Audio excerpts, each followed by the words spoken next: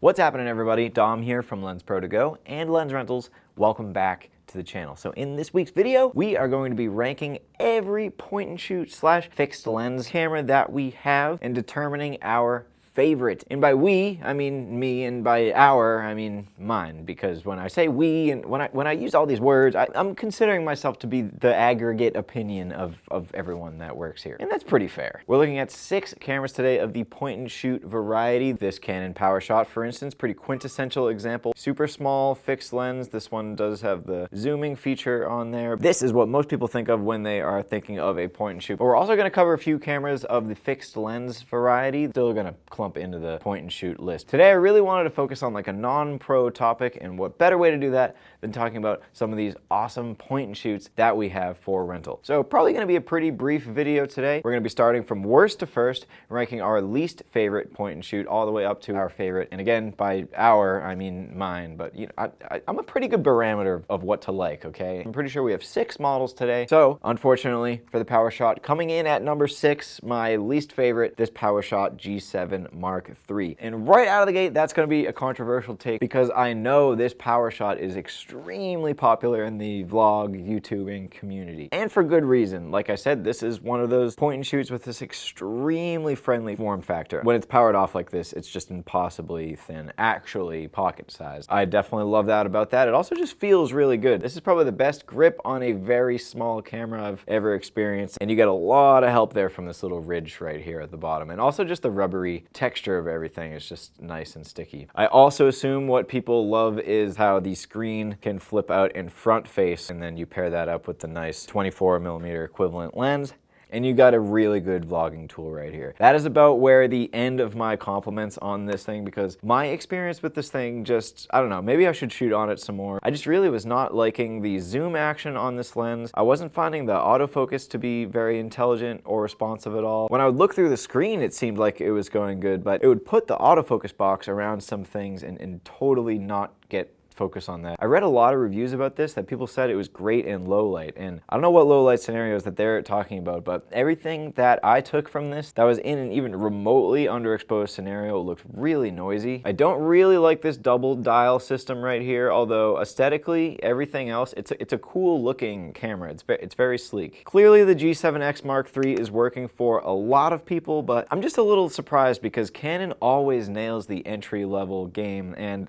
I think this one just kind of fell short. Now there is a Sony version of basically this camera that gets compared to this all the time that's a little bit further up the list, and maybe we'll find out why that is. Moving on to number 5 on the list, the Sony RX10. Now the RX10, as you can see, is definitely larger than that traditional point and shoot. This is more like a fixed lens camera that's the size of an interchangeable lens camera. Like at first glance, you would definitely think that this lens could come off. So this RX10 is going to slightly eke out the PowerShot for me because of this lens. This is a really sophisticated lens. Obviously, you're not going to be able to get optics this size on a camera like the G7 or so, but that was part of my decision making there. This optical range is just awesome. And if you didn't think you needed 600mm equivalent on your point and shoot, you're wrong, because you would have a lot of fun with this, I promise. Also, the autofocus on this, incredible. You're really getting Sony autofocus in this thing that if you've used any of their professional cameras, you know how awesome that can be. And I've definitely yet to see a point and shoot be able to keep focus over their whole entire zoom range. A lot of the times, the way these point and shoot lenses are made, they're just really not made to do both of those at the same time, but that's really important to me. Downsides, you get all this stuff in the menu and all your Sony bells and whistles, and I just looked at the footage, kind of the same problems I was having with the RX7. It just gets really noisy, and also with these point and shoots, they're very beginner friendly. You really got to watch out for some of those auto beginner friendly functions that are just kind of defaulted on when you turn these on. It seemed that the viewfinder was a real make or break for a lot of people. You're getting an excellent viewfinder in the R10, and it's just the experience of bringing it up to your i2 is also nice. Moving on to number 4 on our list, the RX100 Mark VII. Sony is really starting to figure this thing out. In its 7th generation now, every version of this thing that comes out is just more and more pleasurable to shoot on, and things that we didn't like about the previous models are disappearing with each one that comes. So perfect, right? But you're like, Dom, how is the RX100 so far far down on the list. This is like the point and shoot of point and shoots. I know, it's true. It's very, very impressive. I honestly love the video and photo you get out of this thing, and it probably is my favorite point and shoot that maintains this super miniature pocket size. But like I said again, this list kind of also extends to fixed lens cameras and yada yada. So if this was a list of best image quality to size ratio, RX100 Mark 7 all day. But so why do I like this thing slash dislike this thing? Honestly, I'm a sucker for the 4K video that they are rolling out with these RX100s. It looks genuinely great. If you stacked this 4K video up with the 4K video from the Canon PowerShot G7, the difference would be night and day, and I'm pretty sure we're getting a similar vlogging focal length. This might be around like 18. It's that 4K video and also just this lens. I happen to think that the lens design on the RX100 series is just a lot more well realized than the PowerShots. I think it's a lot more responsive. Again, you're getting that Sony autofocus too, which I think is going to be really important for those video shooters who are seeking out these more video capable point and shoots that we've seen roll out over the past couple years. I'm not gonna lie, it's very fun. I don't vlog a lot, but it's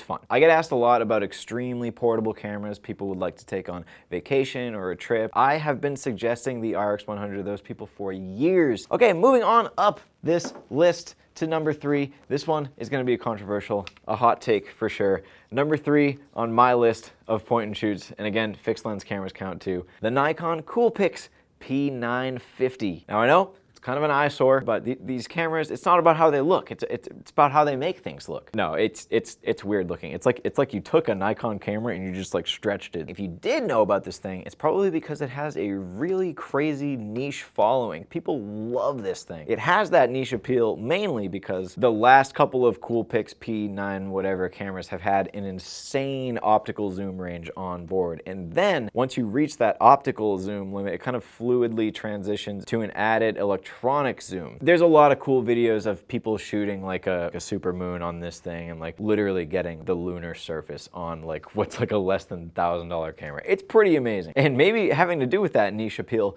the P1000 is out, but I've literally seen it in-house like twice. It is out all the time. I was barely able to get a P950. So it's got that crazy zoom range too. But one thing another coworker told me was that this has amazing macro capabilities, which was really surprising to me. I kind of thought that like you can either do 2000mm optical equivalent on the inside or be able to close focus, right? Surely not both. No, this thing has that insane optical zoom range, and its minimum close focus distance at some parts of that range is literally inside the lens barrel. It's hilarious. It's a very affordable, very beginner-friendly Nikon camera that is like somehow an optical beast. Now granted, the image from this thing is not great. The video doesn't look wonderful. The pictures, to really get anything to look good on this camera, it needs a lot of light, and even then it's still just might get kind of soft and artifacty. It made it so high up on the list because it is on the optical benchmark. Like on paper, it's really impressive, and it's just fun to shoot. Like there are not many camera systems you can say that you could literally handhold like a 4,000mm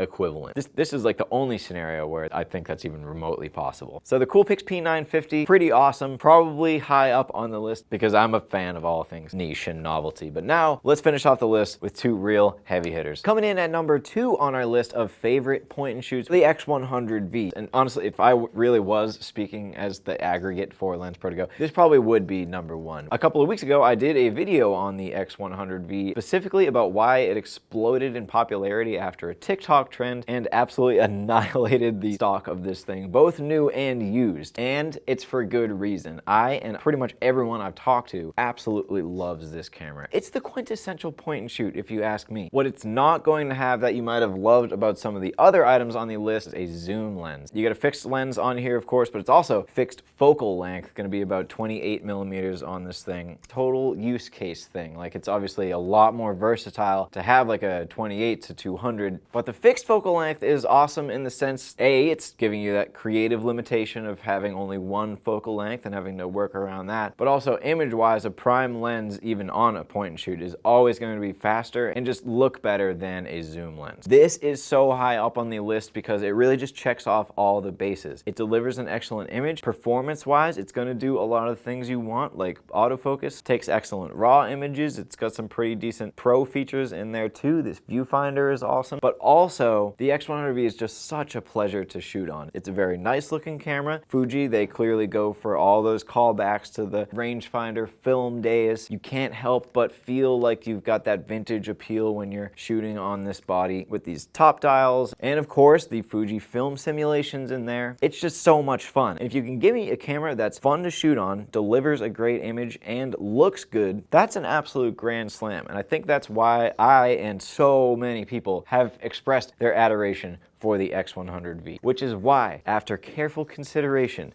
number one on the list, better than all the other previous cameras we've talked about, the cream of the crop, number one on the list of our favorite point and shoots, the X100V in silver. Now, it is the Leica Q2. Now, I heard the audible sigh on the other end of this YouTube video. So yes, at the top of my list anyways, I'm gonna stop pretending my opinions are the same as everyone else's. Honestly, a lot of the same reasons I liked the X100V are going to cross over into why this Q2 is my favorite point and shoot that we offer. If the X100V is a grand slam of a camera, this is like a grand slam at the bottom of the ninth, full count with the bases loaded and the series on the line. It's got everything you want in the photo experience, if you ask me. It delivers a wonderful image. It has a fantastic lens. The whole shooting and culling and editing and media, just workflow and everything is awesome, and you can't deny that it's just a very stylish camera. But above everything, the reason the Q2 is at the top of my list anyways is because when I'm shooting on the Q2, I just feel really inspired to take good photography, and that is a really special thing for a camera to make you feel. Honestly, again, it's a similar feeling I get with the X100V. When I get the X100V in my hand, I'm already thinking about different things I wouldn't normally shoot on like a legit pro interchangeable lens camera. There's just something about the size and purpose of the point and shoot that, again, I really think it's supposed to do just that, to be spontaneous and a bit more frivolous than what we take, rather than hauling up the 70-200 and saying, oh yeah, is this well composed or whatever. It's really nice to get a camera in your hands like this and just sort of go back to the drawing boards a little bit and ask yourself, why do I like photography in the first place? I know, I just sounded like a Disney movie or an after-school special or whatever. I love this camera. Is it perfect? No, the autofocus in this can definitely lack sometimes. If you're not shooting to a super fast card, you're definitely going to be waiting for raw images to buffer. And I usually try to keep price out of the conversation and things because we're a rental house and all that, but it's insanely expensive. I'm pretty sure this is like an $11,000 fixed lens camera. Like that, it just doesn't make any sense for the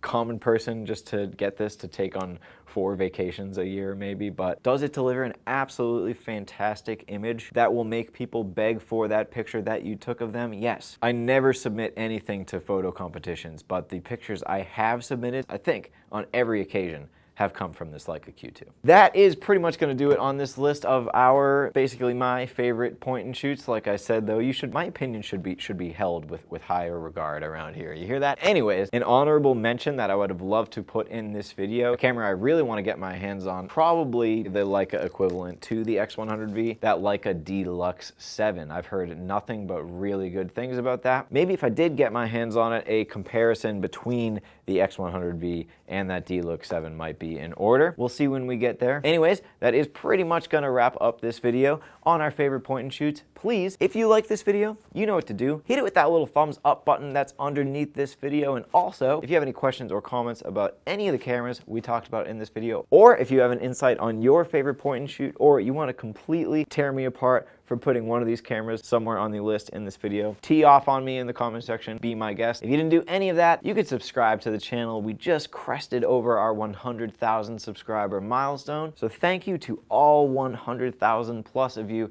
that already have hit that subscribe button. And once you've done that, you can also hit that little bell button that's next to the subscribe button. That'll keep you in the loop whenever we post new content. So get out there and shoot on your favorite camera, people, and make it snappy.